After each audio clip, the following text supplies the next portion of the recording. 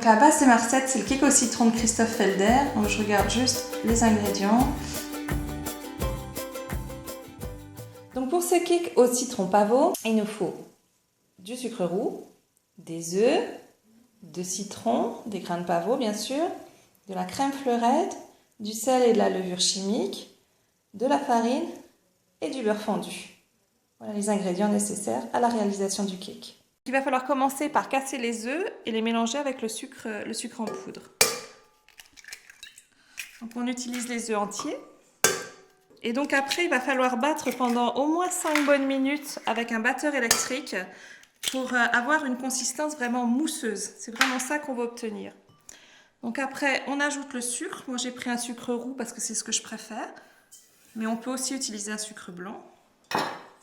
Et donc là, on va mettre ça à tourner au batteur pendant, 5 minutes. C'est parti.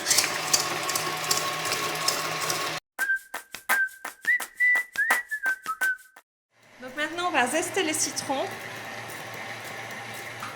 Donc, je vais ajouter mon zeste de citron dans ma pâte à gâteau. Après, je vais ajouter de la crème fleurette. On l'ajoute sans cesser de battre, on fait attention à aller doucement. Après, je vais ajouter une pincée de sel. Je vais ajouter un demi-sachet de levure chimique. Je vais ajouter la farine. Donc on y va doucement pour pas que ça fasse de grumeaux. Et donc le beurre fondu que j'ai laissé refroidir tout à l'heure.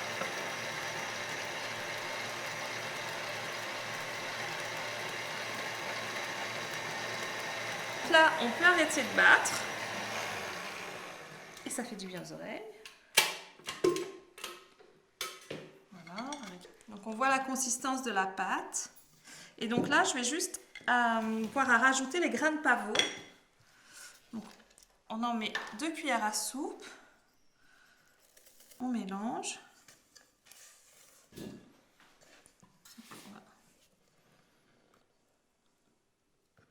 Donc là, je n'ai plus qu'à enfourner dans un four préchauffé à 180 degrés pendant 10 minutes. Et ensuite, je diminuerai la cuisson, la température de cuisson à 150 degrés pendant 50 minutes.